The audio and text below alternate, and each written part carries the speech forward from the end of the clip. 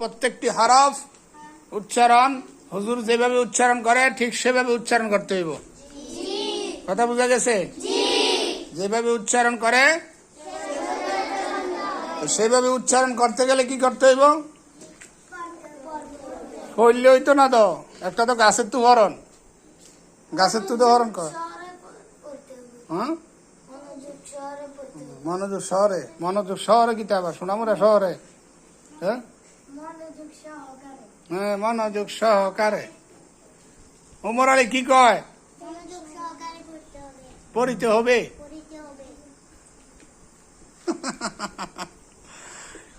মনোযোগ সহকারে পড়তে হইব। কিভাবে হুজুর উচ্চারণ করে, যেভাবে উচ্চারণ করে ঠিক সেভাবে উচ্চারণ করতে হইব। যেভাবে উচ্চারণ করে,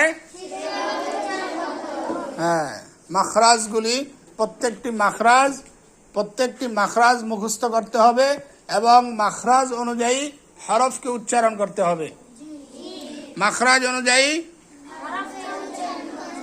হরফকে উচ্চারণ করতে হবে। কিভাবে? মাখরাজ অনুযায়ী। কিভাবে? মাখরাজ অনুযায়ী। মাখরাজ কি অনুযায়ী? মাখরাজ কাহাকে বলে? উচ্চারণের স্থানকে। যেভাবে উচ্চারণ করলে হরফের সঠিক আদায় হবে ঠিক সেভাবে উচ্চারণ করতে হবে। মনে থাকবো?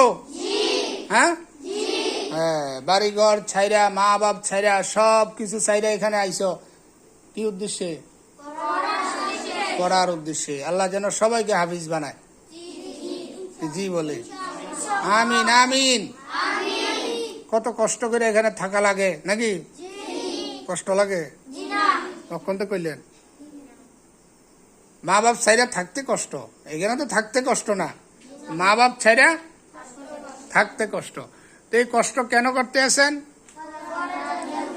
হ্যাঁ, এই কষ্ট পড়াটা কার জন্যে? পড়াটা কার জন্যে?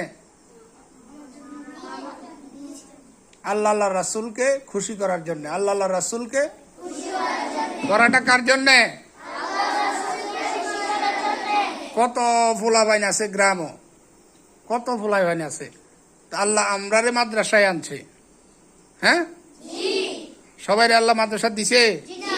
আমরারে দিছে মাদ্রাসায়। আল্লাহ সিলেকশন করছে, উমক উমক উমক উমক উমক উমক উমক উমক তোমরা মাদ্রাসাতে পড়বা, হাফেজ হইবা, আলেম হইবা। আল্লাহ সিলেকশন করছে। কে? আল্লাহ সিলেকশন করে পাঠাইছে। এই জন্যে আমাদেরকে মনোযোগ সহকারে করতে হবে। মা বাবার জন্য দোয়া করতে হবে। মা বাবার জন্য, মা বাবা